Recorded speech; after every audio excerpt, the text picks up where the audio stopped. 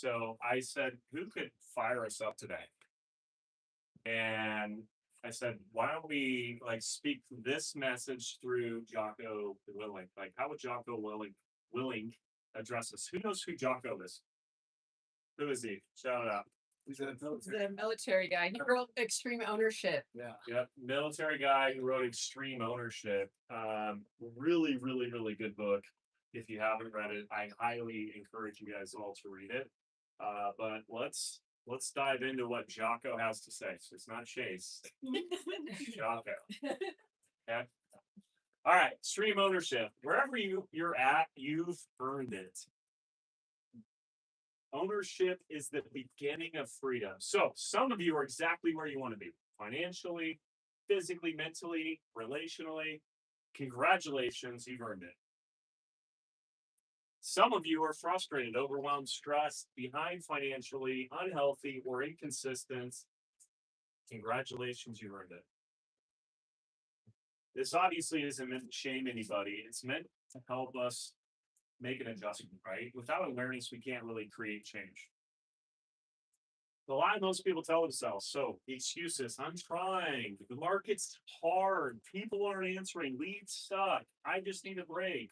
Once things calm down, I don't have time. I mean, the list goes on and on, right? It's too loud in here, it's too busy, blah, blah, blah. The real cost is excuses feel comforting, but that's because they remove responsibility. The problem is they remove power, right? When it's always someone else's fault, you become helpless, right? The second that you are not responsible for where you're at, it means you're not responsible for where you want to go. Do you guys get that? Everyone tracking? If there's nothing you take away from these slides, then that's the biggest takeaway I want you to have. Is the second you can absolutely own everything that's going on in your life, good and bad, that's when you can own everything you're going to get in the future. Extreme ownership. Everything is your responsibility. Blame solves nothing. Pointing fingers transfers your power to someone else. When you own it, you can change it. And Jocko's quote is discipline equals freedom. You can't control the market. You can control your activity. You can't control interest rates. You can control your preparation. You can't control who answers. You can't control how many attempts you make. Wherever you're at, you earned it. Okay, we're gonna keep moving past this because it's a little bit of a reiteration. So, are you happy with the actions you're taking? If you're not, then why would your results improve? These are some questions to ponder. What are you tolerating? What do you keep postponing? What conversations are you avoiding? What habits could be getting in the way of your momentum? I think this is definitely Jocko. Nobody's coming to save you. Right? This is why when you take ownership, what you're doing is you're allowing yourself to save yourself. Right? If you want different things to happen in your life, you need to believe that you can actually do it. Like no one else. It's not because of the way you were raised or where you were born. I think just by being born in the United States, aren't you like in the top 1% of the world, regardless of your financial status? Like, talk about lucky. But then think of all the things we do to convince ourselves that, oh, well, what I had a bad boss, or I had a bad spouse, or I had a bad X or Y or Z. Like, when did you look in the mirror and say, I need to show up different? Your future's hidden in your daily actions. So you don't make 5 calls today that you should have made. That's 1,200 conversations a year.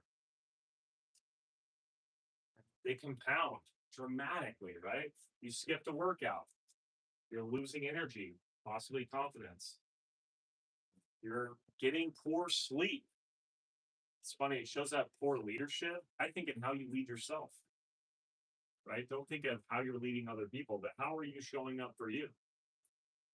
Like, who's had like lack of sleep and then maybe didn't approach their day in the best, like,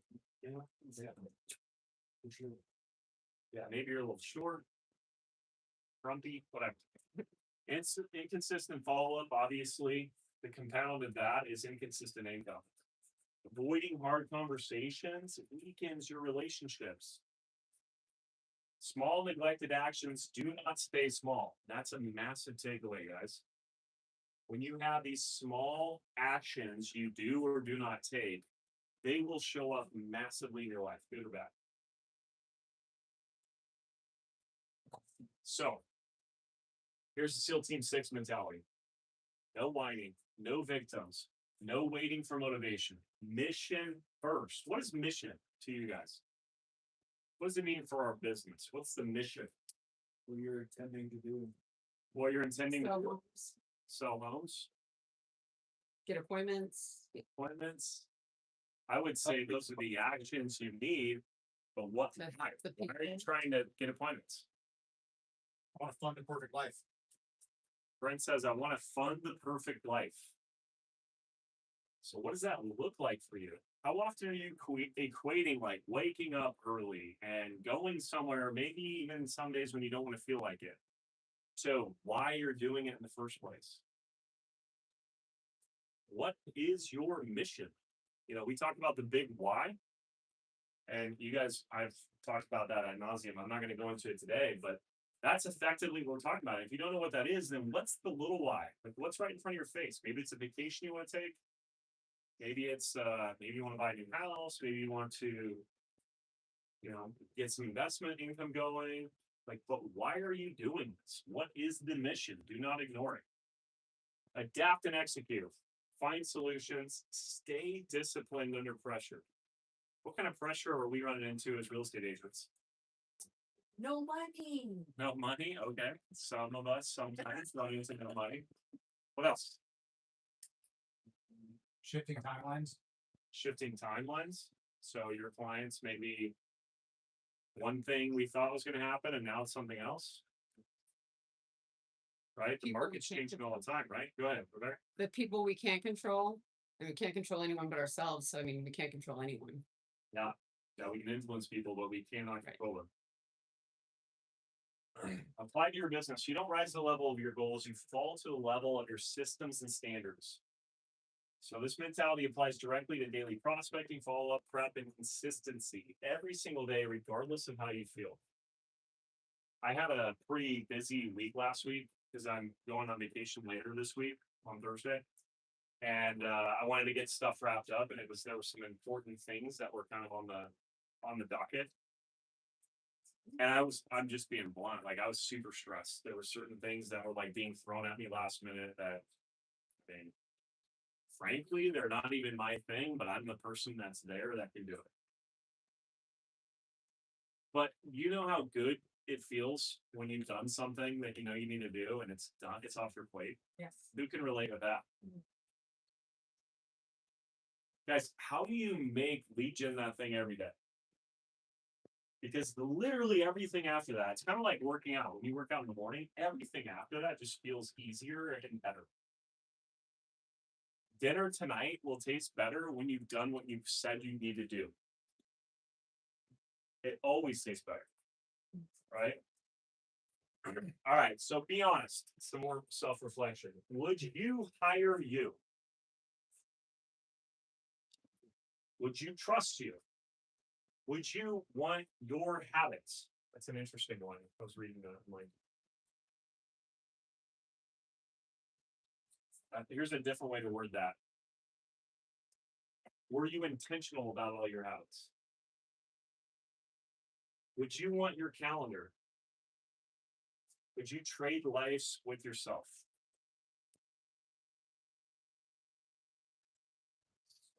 Here's the great news, though. This is like the punchline of the entire thing. If you created the life you have today, if you believe that, which I did, then you also get to create the life going forward. Right? You can have different standards, you can have different habits, you can have different actions.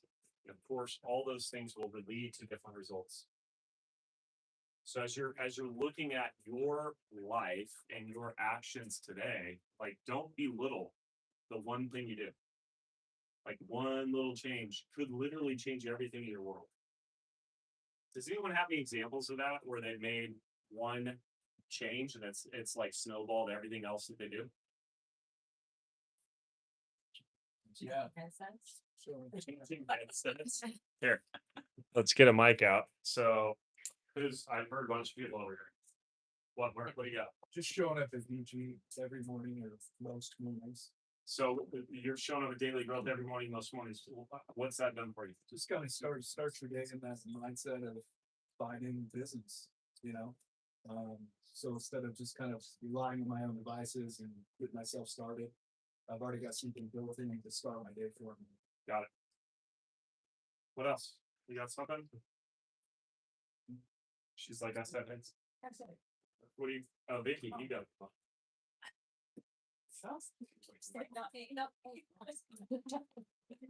I would just say headset because my original headset that I was using at the kiln, nobody could hear me, and every call that I would try to have, it ended up like people would hang up on me, and it literally happened for so long, and then they would say like, "Oh, I just hear the people in the background better than I hear you," and I just didn't, for some reason, decide to change headsets. You know what's funny? Most of us hear that and we kind of laugh. We're like, why did you wait so long to change your headset? But here's literally what I would challenge you. Is there something you have in your life that you should change because it would make your life better or easier, or it remove friction, and you don't. So and instead of us looking at me and like, duh, I think it's easy to do that. I think you should look in the mirror and be like, where's that showing up for me? Like maybe there's something you walk around in your garage every day and it's in your way. Just leave it.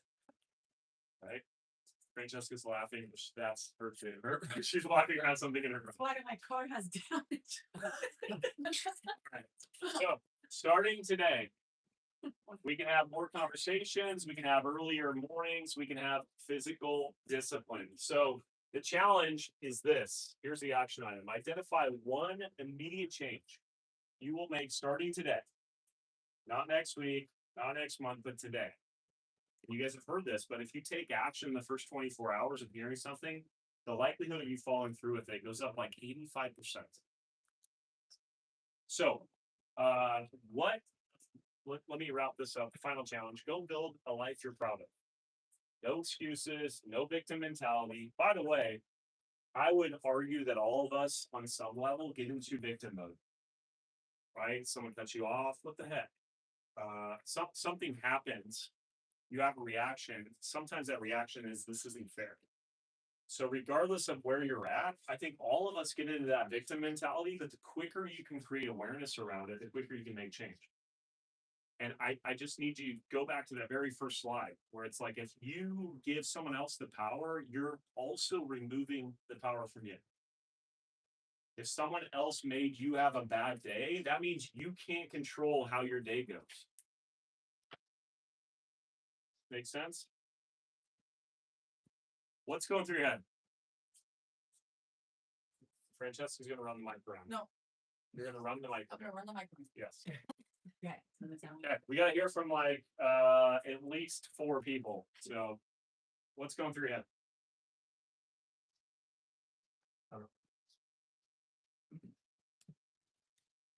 Just relating this back to the Wisdom of Sunday book with ownership, and then also just like thinking through, like, the second you become aware that you are in control of your thoughts, or your thoughts are not you.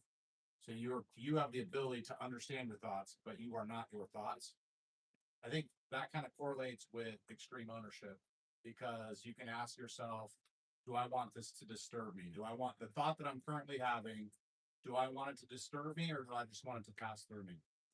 And I think that kind of goes in line with the victim piece. Like, I think a lot of people don't realize it, that they're sitting in this disturbed state from these thoughts that they're having. They just haven't taken ownership of it.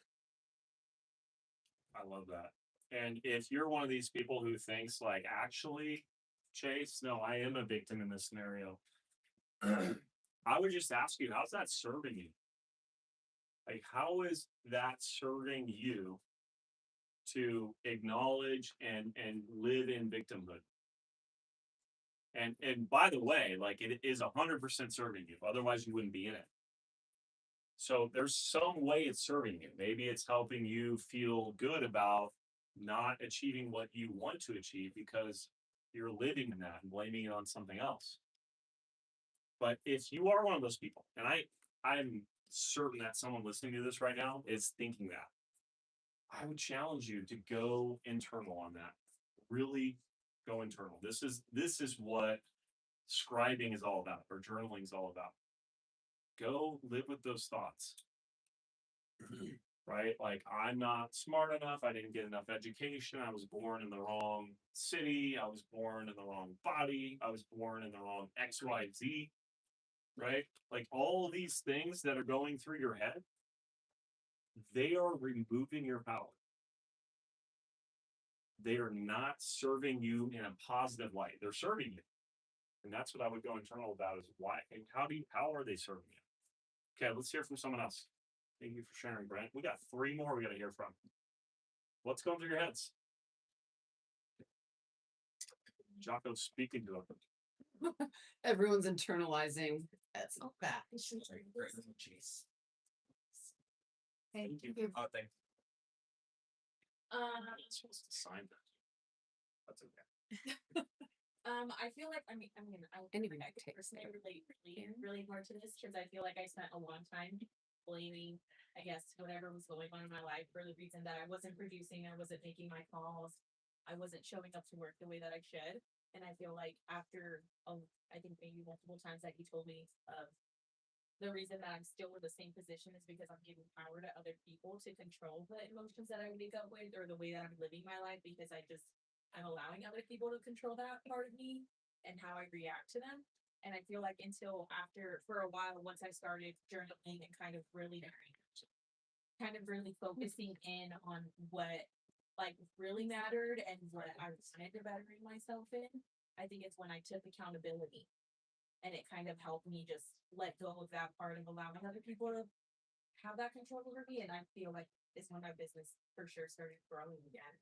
Or I guess flourishing back is when I kind of took the control back and was like, forget everybody else. I didn't say that. I genuinely said, fuck everybody else. I have to do what's best for me and I have to make money because I have a child to provide for. And I can't depend on anybody else to come basically save me besides myself.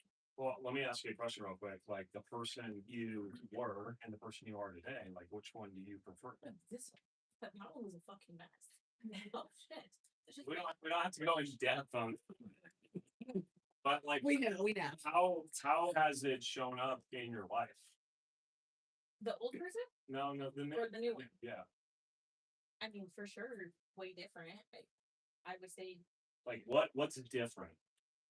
just my business, my life in general, the way that I go about things. I feel like I have control of my life now. Before I didn't, and I depended on other people, and now I feel like I've grown into this person of. At the end of the day, it's me and myself, and I have to I have to believe in myself enough to understand that. Yes, there's people that are around me, maybe cheering me on, but the people that are around me cheering me on aren't gonna put in the work for me. Like at the end of the day, I have to put in I have to put the work in order to succeed and be where I want to be in life. There's 2 stories that go through my head. One, you said people around me cheering me on, but ultimately you have to do the work. I'm reminded of the person who's drowning in the ocean. He's praying to God, like, God, save me, I don't want to drown. And a boat goes by and says, hey, get in, we'll save you. And he's like, no, I'm praying to God to save me. Boat goes on, and then a ship comes by and says, hey, we'll save you. And he's like, no, God's going to save me, I'm praying. And then a helicopter flies by, same thing. He's like, no, you're not God, leave me alone. And then, of course, the man drowns. And he gets to heaven and speaks with God. He's like, why didn't you save me? And God's like, you didn't get the boat, the ship, and the helicopter I sent? Right? And it's like, whoa, like you have to save yourself. Right? That's what this was to me. Is no one is coming. Where's it at? Nobody's coming. You're in charge. It's you. It's your turn. Right? And then I'm reminded of the other story that I tell all the time. It's Stacy and Erica. Erica Hill owns Keller Williams Realty Boise. Stacy's a part owner too. She's also the operating principal right now. They were in Seattle somewhere. They got in a cab. It's like a $10 cab ride. cab stunk. The driver was not nice at all. Didn't acknowledge, didn't say hi, didn't do anything. Slamming on brakes, hitting the gas, like honking at people, yelling. They get out of the car. It's a scary ride, and it's like a $10 fare, and I think she tipped him like $100 or something. And Stacy's like, "What are you doing? Why did you tip him so much money?" And Erica says, "I'm a generous person. No one gets to take that away from me. So other people's behavior doesn't get to determine how I show up." And again, that's like ultra victor mindset. Like, no, I'm going to do what I like to do. And I like to be generous. So here, I'm gonna bless you. What a powerful, powerful way to approach life. So okay. I hope you guys got something out of that. Appreciate you, Jocko. Let's get into gratitude. Can you give me 2 people on Zoom and we'll do 1 in person? Does anyone want to volunteer for gratitude here that hasn't already shared something today? All right, John in here and then 2 on Zoom. Who you got? Let's go with Mariah and Ty. Hi. So why don't you kick us off, Mariah? Who or what are you grateful for? I am super grateful for the past weekend and the nice weather because I was able to take my little one to the water park yesterday and we had a blast. So Awesome. I am grateful because I'm taking 5 young souls to state championship. One of them having a 15-foot PR discus and becoming the state champion or district champion, like out of the blue. So very grateful for them. Woo! Sweet. Congrats. And John, get us out of here. Yeah, I am grateful for this weekend. I know it's Mother's Day, so it wasn't about me. So I love spending time with my mom, my brothers, and then getting to see my grandma. And I actually got to see 3 sets of grandparents, so it was just fun. And yeah, it was all a great day. So I'm grateful for them. Nice. And we have a lot of amazing moms in our organization. So I hope you guys have a happy Mother's Day. Have some tacos. Thank you guys.